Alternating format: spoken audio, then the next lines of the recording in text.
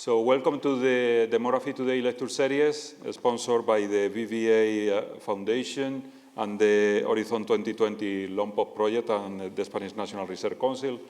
And we are very lucky today to have Hugo Lopez, Director of Global Migration and Demography Research at Pew Research Center.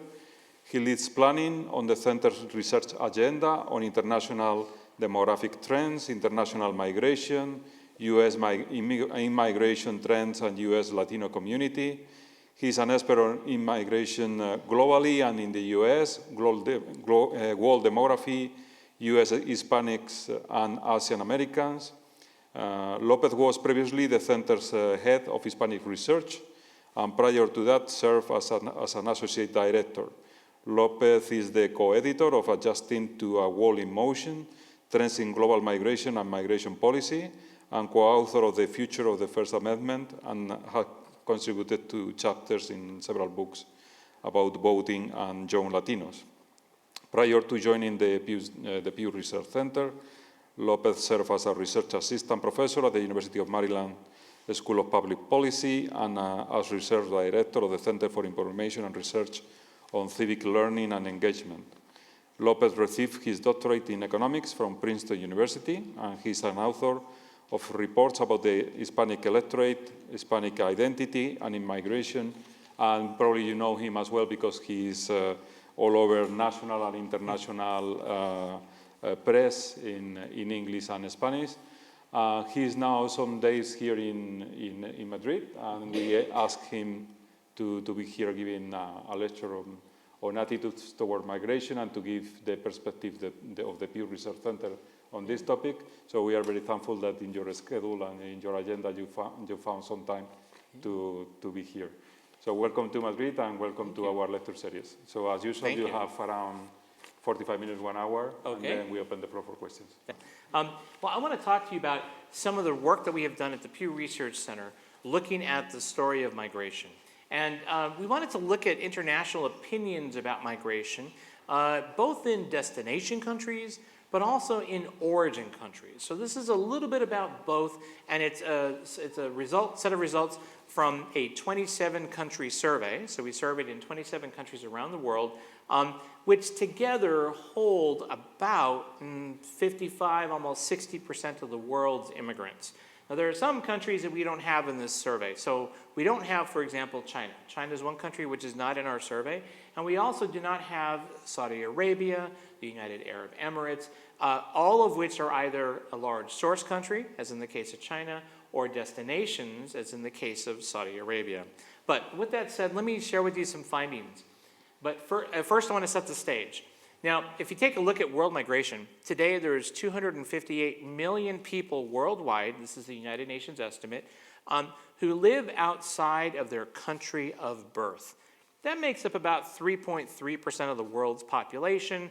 The number has been rising, as has the share, so we see a growing share of the world population that is foreign-born. Some of the biggest origin countries are India, Mexico, Russia, China, and the Philippines. We surveyed in 4 of the 5, so China is the only one that we didn't get of those biggest countries. And in terms of destinations, the US, Saudi Arabia, Germany, the UK, and the UAE are some of the biggest destinations for migrants in the world. The US alone, for example, has 45 million immigrants, about 20% of all immigrants worldwide, so 1 in 5 immigrants lives in the United States.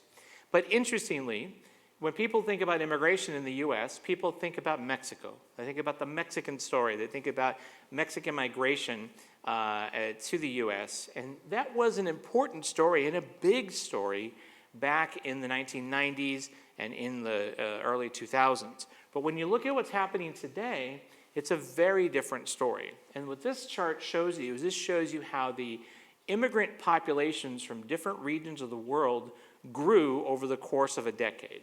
So for example, in the 1990s, the Latin American and Caribbean population of immigrants worldwide grew by 58%. That was the fastest growth of any region of the world. Mexico is largely responsible for that growth. But in the 2010 to 2017 period, it's a very different story. Mexico is no longer really a big source of immigrants like it used to be. Latin America, despite Central America's recent surge of migrants seeking asylum in the United States, has really contributed very little to growth in the Latin American immigrant population around the world. By contrast, Sub-Saharan Africa, and particularly the Middle East, have been the biggest sources of new immigrants in recent years. So, of course, the flow of migrants seeking asylum in Europe is one example in 2015, 2016. And when you think about Sub-Saharan Africa, there has been a lot of growth in internal migration within Sub-Saharan Africa, in addition to migration towards Europe and to the United States from Sub-Saharan Africa. So these are, I think, important trends and important facts to keep in mind as we talk about public opinion. All throughout, I'm going to try to emphasize the story of Spain in terms of public opinion, because we also did a survey here in Spain about attitudes towards migrants. So, what do we see when it comes to the attitudes that people have about immigrants? Are immigrants a strength, or are immigrants a burden for a country? And as strength, what I say here, when we ask the question goes something like this. Immigrants today make our country stronger because of their work and talents, or immigrants today are a burden on our country because they take our jobs and social benefits. So in the case of Spain, 56% of Spaniards said immigrants make Spain stronger. 37% said they're a burden on the country. Some people were unable to answer, so you'll notice that doesn't add up to 100%. That's because there's some don't knows in the responses. Canada, Australia, the UK, Sweden, all have shares at about 60% or higher that say immigrants make those countries stronger. The US, about 60%. Germany, about 60%. So Spain is somewhere in the middle of the countries that we surveyed.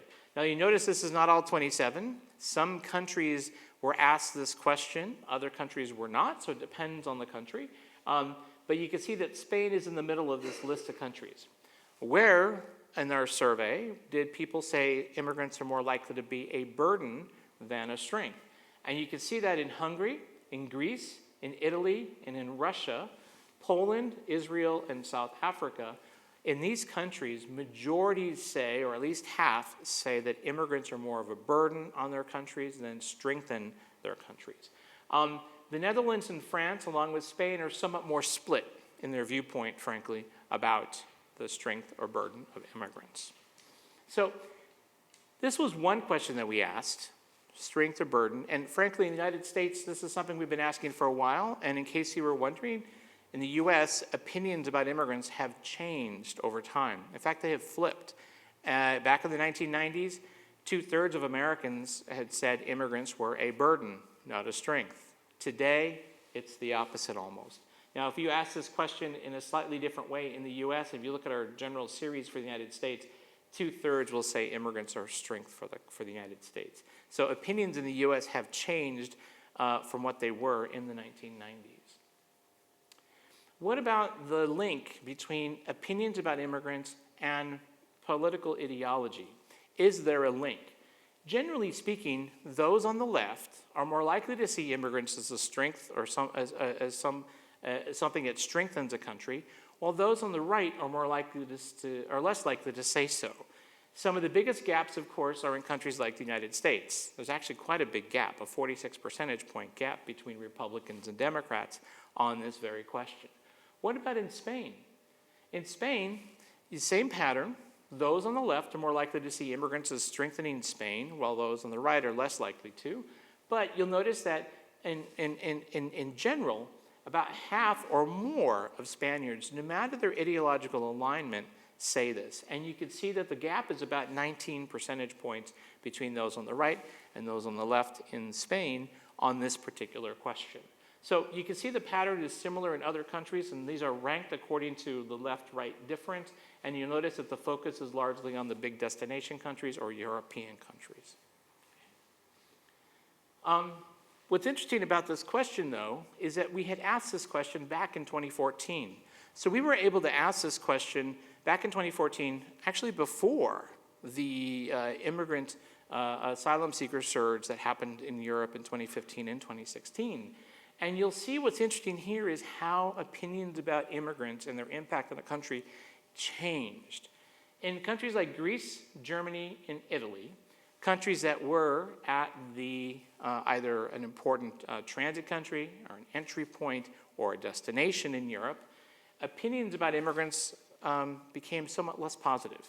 You can see that, for example, in Germany, the share that said that immigrants strengthened Germany fell from 66% to 59%. Still a majority, but a decline of 7 percentage points. In the case of Greece, numbers were not high to begin with, but 19% said immigrants strengthened Greece in 2014. That fell to 10% in 2018. Italy, a very similar pattern. The countries that saw an improvement in opinions about immigrants, Spain being one of them, saw an increase in the share of adults who said immigrants strengthened their countries. What's interesting here is that these countries were not destinations, or big destinations, I should say, for the most recent wave of asylum seekers. But they had been in the past important either transit or destination countries for immigrants. But they just weren't part of this most recent episode. So in Spain, you could see opinions grew from 47% to 56%, a 9 percentage point increase. In the UK and France, similar patterns as well. But again, they weren't big destinations like Germany. I wish I had Sweden, by the way. We didn't ask this in Sweden in 2014. I need to talk to my methodologists. But you can see that there is some differences in opinions across time. So given all of that, how do publics in many countries around the world see immigrants? Do they think immigrants want to integrate? Do immigrants perhaps, are they responsible for more crime? Are they increasing the risk of terrorism? So looking at some of these findings, what we have is some interesting patterns. So first, taking a look at all the different countries we've got here where we asked this question in 18 countries, we asked, immigrants in our country today want to adopt our customs and way of life, or immigrants today want to be distinct from our society. So we wanted to take a look to see how do publics see immigrants. Keep in mind, this is not a survey of immigrants. This is a survey of adults in these countries, asking them how they see immigrants and their integration. So what we found is that for the most part, across all these countries, publics are split. But there's wide variation in answers across these countries. In Japan, 75% of Japanese adults in our survey said immigrants in Japan want to adopt the Japanese way of life, and they want to adopt Japanese customs. Now, whenever I show this, people are like, wait, Japan? Japan doesn't have a lot of immigrants, maybe 2 million. But Japan has some pretty strict and detailed requirements to achieve citizenship. You have to speak Japanese, etc. And so the immigrants that they receive are people who've done a lot to make it to Japan, to go through the legal channels to become a citizen of Japan. Japan also, by the way, is changing some of its policies to try to get more people to come into Japan through legal means in order to have workers come in, particularly workers who might be able to help with healthcare, etc. But the opinions of the Japanese public, 75% say immigrants in Japan want to adopt Japanese customs and way of life. 57% say this in Mexico, 55% in South Africa, 54% in the US, and half in Sweden, France, the Netherlands, Canada, and then Spain. The Spanish public is split in its opinions about whether or not immigrants want to integrate into and adopt the Spanish way of life. 46% say yes, that's what they see immigrants doing. 50% say immigrants in Spain want to be distinct. If you keep going, you'll see that opinions start to change somewhat. In Germany, more say that immigrants want to be distinct than say they want to adopt customs and way of life of Germany. By the time you get down to Russia, Italy, and Hungary, more than 60% say immigrants want to be distinct. Now, this could be a good thing, this could be a bad thing. Keep in mind, it's just a question. People are responding to the question. So this is not necessarily something that's meant to be negative or positive.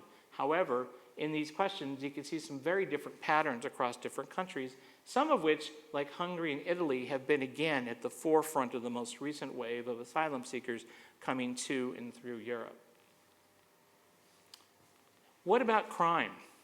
We asked this question. In our country today, immigrants in our country today, are more to blame for crime than other groups, or are no more to blame for crime than other groups? One of the big questions in the US has been, immigrants bring crime. But a lot of research has been unable to show a direct link. It's partly because there isn't good data, but a lot of folks who've done research on this haven't found much of a link. Seems to be maybe a slight correlation, but not really that strong. But what do publics, what are the opinions of adults in these countries about whether or not immigrants are responsible for more crime than the general public, or whether they're not? In the case of Canada and the US and France and the UK, 3/4 or more say immigrants are no more to blame for crime than people in those countries. In Spain, 68% say that as well, while 29% say that they are more to blame for crime. In some countries, though, as you go a little farther down here, you'll start to see some different viewpoints. For example, in Germany, destination for about 800,000 asylum seekers in the recent wave, you'll find that 52% in our survey said immigrants are more to blame for crime than Germans are. And when you take a look at Sweden, 55% say that. In Greece, 59% say that. In Italy, 44% say immigrants are more to blame for crime. But you'll notice there was a lot of don't knows in the response to this question in Italy. People didn't give us an answer. They didn't assess the question. They said, I don't know. And so we don't have a response. But that does tell you something. People weren't able to quite make a decision about how to answer that question. So on crime, somewhat of, again, a mixed set of responses. What about in terms of terrorism? Do immigrants today increase the risk of terrorism, or do immigrants today not increase the risk of terrorism in our country? So here, you'll see that in the case of, say, Mexico, South Africa, Canada, Japan, France, about 60% or more say, oh, immigrants don't increase the risk of terrorism. Look at the result for France. This is in 2018, and there's been a lot of terrorism attacks over the last few years in France, and this is the result we got. 59% say do not increase terrorism, 39% say do increase the risk of terrorism in France. What about for Spain? For Spain, the public is more likely to say do not increase the risk of terrorism than to say immigrants do, 55% to 41%, somewhat in the middle of the countries that we surveyed. What about some of the countries that had some of the larger shares saying that increase the risk of terrorism? That's the Netherlands, Germany, Sweden, Poland, Greece, Russia, Hungary, and Italy, where about at least half, if not 60% or more, say immigrants increase the risk of terrorism in their countries. So a variety of opinions, again, about the impact of immigrants on something like terrorism. Again, this is not a survey of immigrants. It's a survey of adults in these countries asking them to assess what's their perception about the risk of terrorism with immigrants in their country and how that might impact their country. So this is really a set of perceptions from adults. What about deporting immigrants? In the US, there's a big debate about what should be done about those who are in the country illegally. Should they be deported? And I know that Europe has had some conversations about this as well, particularly some asylum seekers who applied for asylum were not granted refugee status, but instead were asked to leave. So how do publics across the world view the idea of deporting people in their country illegally? Well, in Greece, 86% support deporting those in Greece illegally. In Russia, 81%. Germany, 73%. What about in Spain? Split. 48% say deport those in the country illegally. 48% say do not. So it's somewhat split compared to other countries. But it's also like the US. And interesting, look at Mexico. Mexico is at the bottom of this list, but 50% say they oppose deporting immigrants in Mexico illegally. 43% say that they support. So Mexican opinion is split about particularly all those who are transiting through Mexico, who are in Mexico illegally, by the way, to get to the United States. And it's not just Central Americans. You also have, I don't know if you've heard about this, there are some new emerging pathways of migrants from places like India using the Americas, coming through Brazil and going up through Mexico, or through Central America into Mexico to get to the United States. So some really interesting pathways. But that also means they're probably in Mexico illegally, and yet the Mexican public is somewhat split on how to address deportation. Views about deportation, of course, are also tied to your politics. So when you take a look at the left versus right assessment of politics and political ideology, you'll see that generally speaking, those on the right are more likely than those on the left to support the deportation of people who are in countries illegally. Whereas Spain, Spain is right here. And you can see that 34% who have a left-leaning political ideology in Spain say that those who are in the country illegally should be deported, whereas 48% of those who are on the right say the same. Notice that independents are a little bit more likely to say those in the country illegally should be deported in Spain at 53%.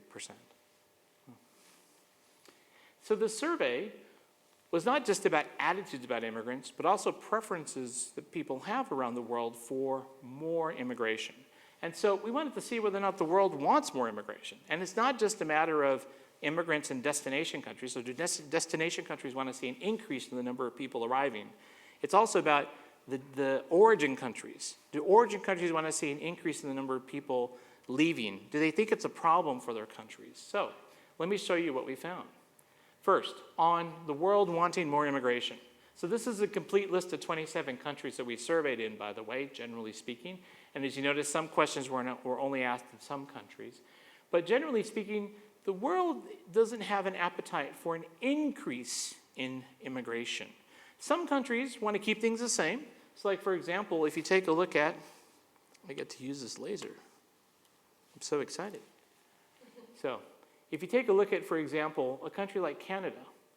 Canada, 27% say that they want to see fewer or no more immigrants coming to Canada, but 53% say they want to keep the flow about the same. Half of Canadians want to keep things about the same. And Canada is a big receiving country for immigrants. 19% want to see numbers increase. What about on the other end? Some countries don't want to see an increase. Greece, Hungary, Italy, 70% or more want to see fewer or no more immigrants coming to their countries. Same thing with Israel. Russia is at 2/3. South Africa and Kenya are over 60%. And Indonesia is at 54%. So in different parts of the world, generally speaking, there's not a lot of support for an increase in the number of immigrants coming to their countries. Where does Spain sit in on all of this? Spaniards are split. 30% say fewer or none. 39% say about the same. But 28%, which, by the way, this is the highest share of any of the countries that you see on this chart, that say they want to see more immigration to Spain. Now, it's not that the majority wants to see that. Some Spaniards do. But generally speaking, Spain is unique in that its public is split generally about whether or not it has an appetite for more immigration, which is interesting when you compare it to other European countries here and, say, Canada and the US here. Oh, some interesting results. What about out-migration? Is that a big problem for some countries? So in the 27 countries that we surveyed in, we did ask people whether or not the number of people leaving the home country for jobs in other countries is either a very or moderately big problem. This is the share that said it's either a very or moderately big problem. And you can see here, here's Greece. 89% say it's a very big or moderately big problem for Greece that so many people are leaving Greece for jobs in other countries. 88% of Spaniards said that as well. And when you take a look at, for example, countries like the Philippines and India, big source countries, 2/3 are saying that it's a problem that so many people are leaving for jobs elsewhere. What about Mexico? 79%. Argentina, 82%. I want to point out Tunisia, Kenya, Nigeria, and also South Africa. You can see that the share that say it's a very big problem for their countries that so many people are leaving for jobs elsewhere are actually over 60%. So when you talk about some of these numbers, what's interesting here is that in some of the big origin countries, there's not a lot of support, or at least there's a lot of folks who hold the view that it's been a problem for their countries that so many people have left for jobs elsewhere. And there's Spain. Now, the story of immigration is also a story about preferences, what policies might emphasize in terms of who should be allowed into a particular country. And in the world, on the world stage, there's a lot of competition among countries for the world's best educated or highest skilled immigrants. And what I find interesting here is that when you take a look at this, there's a lot of support for increasing the number of high-skilled immigrants coming to a country. When we ask this of the publics in these countries, thinking about immigration, would you oppose or support encouraging highly skilled people to emigrate and work in our country? You can see that there's a lot of support in many countries for high-skilled immigration. At Sweden, 88%, the UK, 85%. In Spain, 2/3 say that they support increasing or having high-skilled people immigrate and work in Spain. So generally speaking, some support for this. A couple little side note facts. The United States, in the United States, about 14 million immigrants in the US. Out of that 45 million, it's about a third. They have a level of education that's at least a college degree or higher. So that's more than any other country in the world. However, as a share, it's not the highest. Canada has the highest share of its immigrant population that has a college degree. That's at 2/3 or 67%. So 2/3 of immigrants to Canada have a college degree. So that gives you some sense of how many countries both are competing for and what share of their immigrant pools have a college degree. The other big destination for immigrants who have a college degree is Australia. Australia has drawn lots of immigrants, and about 65% of all immigrants in Australia have a college degree. So some very interesting differences across countries in this question. What's also interesting is, among those who say they want fewer or no increase in the number of immigrants coming to their country, they support having high-skilled immigration. So you can see here that across these countries, among people who said they want fewer or no more immigrants, generally speaking, there's somewhat strong support for increased high-skilled immigration. So in some sense, this reflects the preferences of the public for the types of immigrants that people would like to see entering their countries. Whereas Spain, oops, might help if I hit the right button, huh? Here's Spain. You can see that in Spain, among those who want fewer or no increase in immigrants, 51% support encouraging high-skilled people to immigrate and work in Spain, 46% oppose. What about taking in refugees? Here, Spain is at the top. 86% of Spaniards say that they support Spain taking in refugees from countries where people are fleeing violence and war. And you can see that for most of the European countries, those numbers are in the 80% range. So the Netherlands, Germany, Sweden, France, all just about the same. But Spain does stand out as 86%. Also, in countries like Mexico, Canada, Australia, the United States, and Japan, also large shares of publics there support taking in refugees from violence and from countries where there's been violence and war. South Africa, Russia, and Israel have some of the highest shares that say they oppose this. Hungary also, 54% oppose taking in refugees from countries where people are fleeing violence and war. But Israel, at 57%, has the highest share on this chart. I want to take a look at things, though, from a slightly different angle.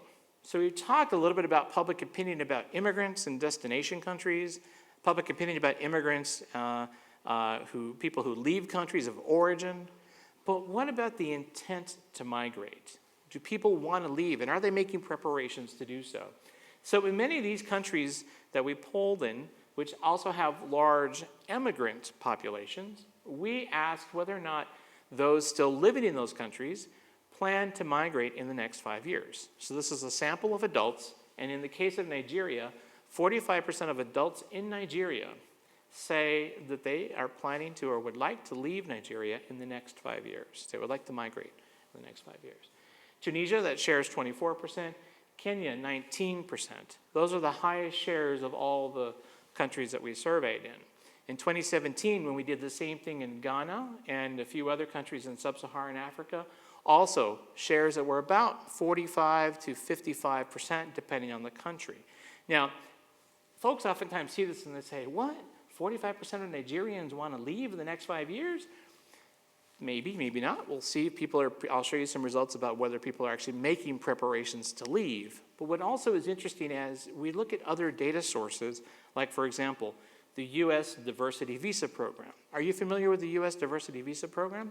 So this is a program where people around the world in countries that are underrepresented in the United States in their immigrant populations can apply for a lottery, and if they win the lottery, they're offered a chance at U.S. citizenship. So all you got to do then is pay for the biometrics and the application, but it's a different way of becoming a U.S. citizen.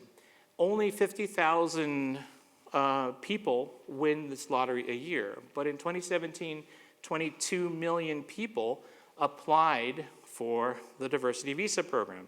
No other country except New Zealand has something like this. This is also kind of unique in the world. Some of the biggest countries in terms of applying, Ghana was about 2 million, maybe 2.5 million people in 2017 from Ghana applied for the U.S. diversity visa program. The Ukraine is another country, about 2 million people also from there in 2017 applied through the U.S. diversity visa program. So in many cases, some of the biggest applicant pools are coming from African countries, and that's why these results perhaps reflect something about a desire to migrate to other places.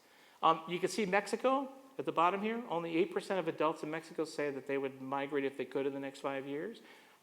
You also see here India, just 2%, and the Philippines, 15%. Of course, 2% in India is a huge number. But nonetheless, it's a lower share than what you see in some other countries. What about these African countries? Have people who say they plan to migrate done something to actually start the process?